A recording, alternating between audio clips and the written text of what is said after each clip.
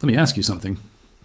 Have you ever seen a Toyota Camry or a Honda Civic with 300,000 miles on it, still running smooth, no smoke, no knocking, no drama, and wondered how on earth that's possible? Meanwhile, you might know someone who drove a completely different car and blew the engine at 120,000 miles. Same roads, same fuel, same weather. So what's actually going on? Most people will immediately say, oh, it's because Japanese cars are just built better. And look, there's some truth to that. Japanese automakers do have an incredible manufacturing culture. But here's the thing, and this is what most people get completely wrong. Engineering quality alone does not explain 500,000-mile engines, not even close. Because if it was just about the engineering, every single Japanese car would hit those numbers. But they don't. So today, I want to pull back the curtain and show you what's really happening. What I'm about to share with you is a combination of things I've learned from talking to seasoned mechanics, studying how cars are maintained in Japan, and understanding what actually kills engines before their time. By the end of this video, you're going to look at your own car completely differently. And I promise, a few small changes to your habits could literally add years, maybe even decades, to your engine's life. Let's start at the very beginning, because most people don't realize that the foundation of Japanese car culture is completely different from how most of us in the West think about our vehicles. In Japan, there is something called the Shaken system. It's a mandatory vehicle inspection that every car must pass, and it's required every 2 years for most vehicles. Now, these aren't just quick emissions checks. These are thorough, detailed mechanical inspections that cover brakes, suspension, lights, fluids, belts, and so much more. And the inspections are strict. If something is borderline, not broken yet, but heading in that direction, it gets flagged and addressed. So imagine living in a culture where every 2 years, your car gets a deep mechanical audit, and any developing problem gets caught before it snowballs. That mindset becomes ingrained. Car owners there aren't waiting for the check engine light to save their lives. They're proactively staying ahead of wear. They're thinking about the car not as something that runs until it breaks, but as something that needs consistent attention to keep running well. That's a fundamentally different relationship with a vehicle, and it produces fundamentally different results. Now think about how the average driver in most other countries treats their car. You buy it, you drive it, you fill it with gas, and you basically ignore it until something goes wrong. Maybe you get the oil changed when the sticker on the windshield starts screaming at you, or maybe you wait a little longer because life gets busy. You hear a faint squeak from the brakes, but it doesn't seem urgent. You notice the car idles a bit rough in the cold, but it smooths out after a minute, so you figure it's fine. Sound familiar? I'm not judging. I've been there too. But here's what's actually happening inside your engine during all of that. Every single time you ignore a small warning sign, you're allowing a minor problem to begin compounding. Engines don't just suddenly fail out of nowhere in most cases. They fail because a series of small issues were left unaddressed until one of them crossed a threshold and caused a cascade. The car that breaks down at 130,000 miles usually started showing subtle symptoms at 80,000 that the owner didn't notice or didn't take seriously.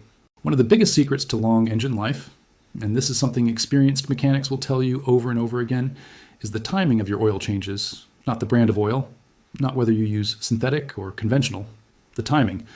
Now, I know that sounds almost too simple, and I know the oil companies spend millions of dollars convincing you that if you just use their premium product, your engine will last forever. But here's the reality. Old, degraded oil is one of the most destructive things that can happen inside your engine, and it happens slowly and silently. Engine oil has one primary job: to create a protective film between all the moving metal parts so they don't grind against each other.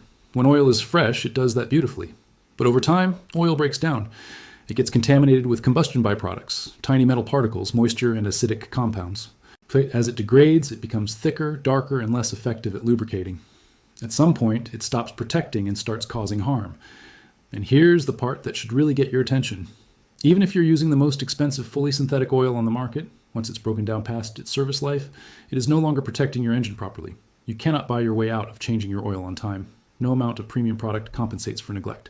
I've spoken with mechanics who work on high-mileage fleet vehicles, taxis, delivery vans, company cars that rack up miles faster than most people can imagine, and the ones that consistently reach 400,000, 500,000, even 600,000 miles, all have one thing in common. Their oil gets changed religiously, on schedule, every single time. Some fleet operators actually change oil more frequently than the manufacturer recommends because they've learned through experience that staying ahead of oil degradation pays off in dramatically reduced engine repairs. One fleet manager I came across had a simple rule: change the oil before it needs it, not after. His logic was straightforward. An oil change cost almost nothing compared to an engine rebuild, and he was right. When you look at the math, it becomes almost irrational not to stay on top of it. But oil is just one piece of the puzzle. There's another maintenance habit that Japanese car culture emphasizes that most people in other countries completely overlook, and that's the cooling system. Your engine runs at extremely high temperatures, and the cooling system, the coolant, the radiator, the hoses, the thermostat, the water pump, is what keeps those temperatures in check. When the cooling system is healthy, your engine runs in its optimal temperature range. Combustion is efficient, and internal components experience predictable, manageable stress. But when the cooling system starts to fail, even just a little, bad things start happening quietly. Old coolant loses its ability to transfer heat efficiently and becomes slightly acidic over time, which slowly eats away at metal components from the inside. A thermostat that's slightly sticking causes temperature swings that put extra stress on engine seals and gaskets. A water pump that's starting to fail causes subtle overheating that the temperature gauge might not even fully register. And here's the cruel irony. You might not notice any of this until the head gasket blows or the engine overheats severely, and by then, you're looking at a repair bill that could rival the value of the car. Proactive coolant flushes and cooling system inspections are cheap. The repairs that follow neglect are not.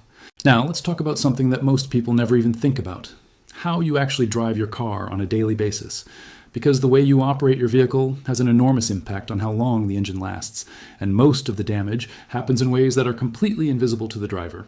Let's start with cold starts, because this is one of the most common and most damaging mistakes people make. When you first start your engine in the morning, the oil has settled down into the oil pan overnight. It takes a few seconds, sometimes up to 30 seconds in colder climates, for the oil pump to circulate fresh oil throughout the entire engine and build proper oil pressure. During those first few seconds, the upper parts of the engine, the camshafts, the valve train, the timing components, are operating with minimal lubrication. Metal is touching metal, or very close to it. This is normal and unavoidable. Every engine experiences this. But here's where drivers make a critical mistake. They start the car and immediately rev it hard to warm it up faster, or they start driving aggressively within the first minute. During those first 30 seconds to a minute of operation, the last thing your engine needs is high RPMs and heavy loads.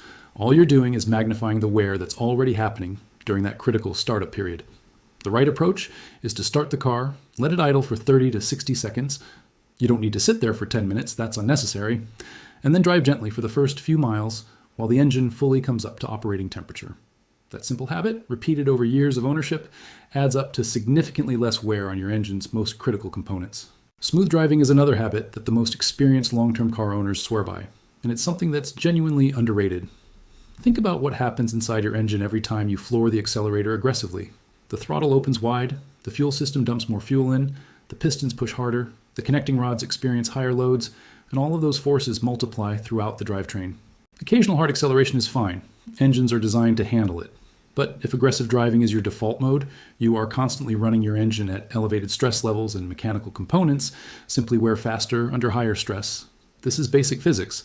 Now compare that to someone who accelerates smoothly and progressively, who anticipates traffic flow so they're not constantly in a cycle of hard acceleration followed by hard braking, who maintains steady speeds on the highway rather than weaving and surging. Their engine spends far more of its operating time in a comfortable low-stress state. Over 200,000 miles, the cumulative difference in wear is staggering. Braking habits actually matter for engine longevity too, and here's why. When you brake hard frequently, you're not just wearing out your brake pads faster, you're also creating a driving pattern that requires more frequent hard acceleration to get back up to speed. It becomes a cycle. Smooth, anticipatory braking leads to smooth, gradual acceleration, which leads to lower engine stress across the board. Experienced drivers who get incredible mileage out of their cars are almost universally smooth and deliberate in the way they operate their vehicles.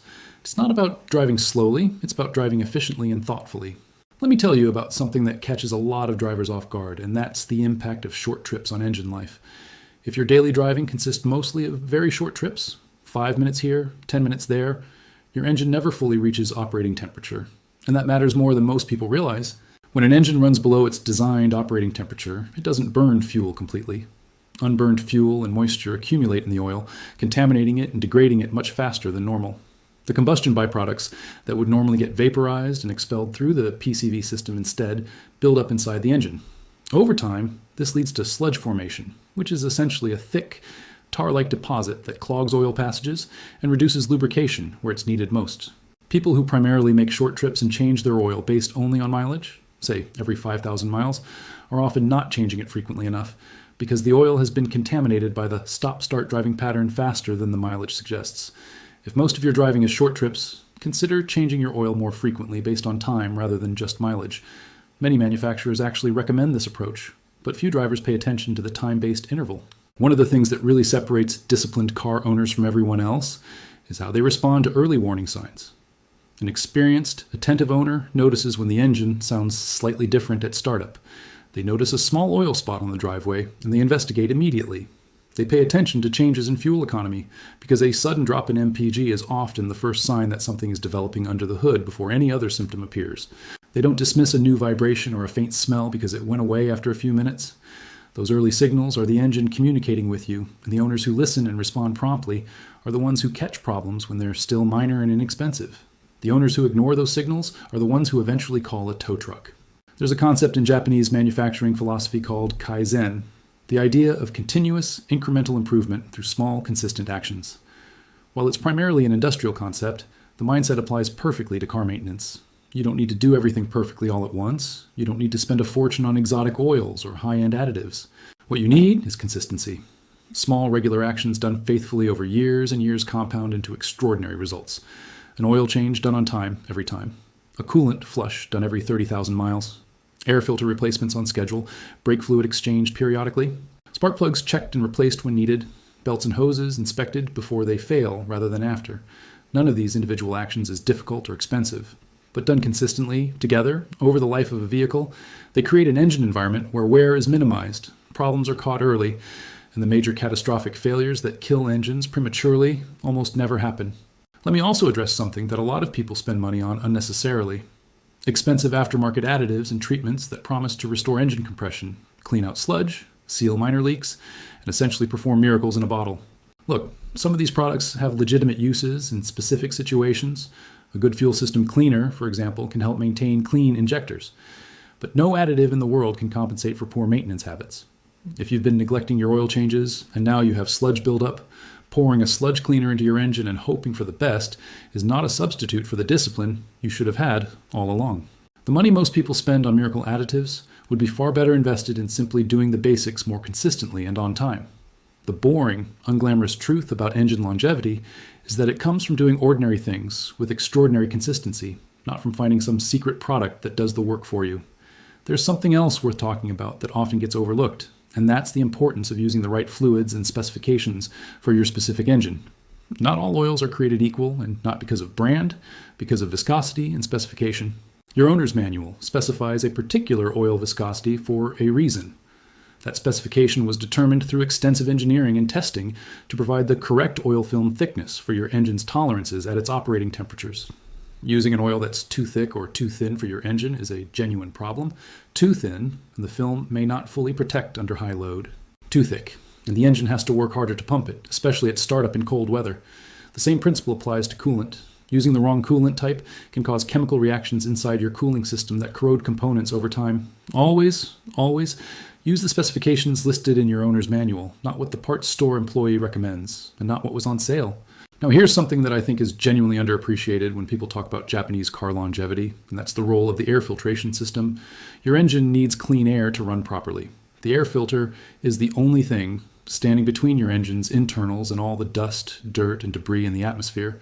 A clogged air filter restricts airflow, which affects combustion efficiency, forces the engine to work harder, and can even cause a slightly rich fuel mixture that accelerates wear and increases oil contamination.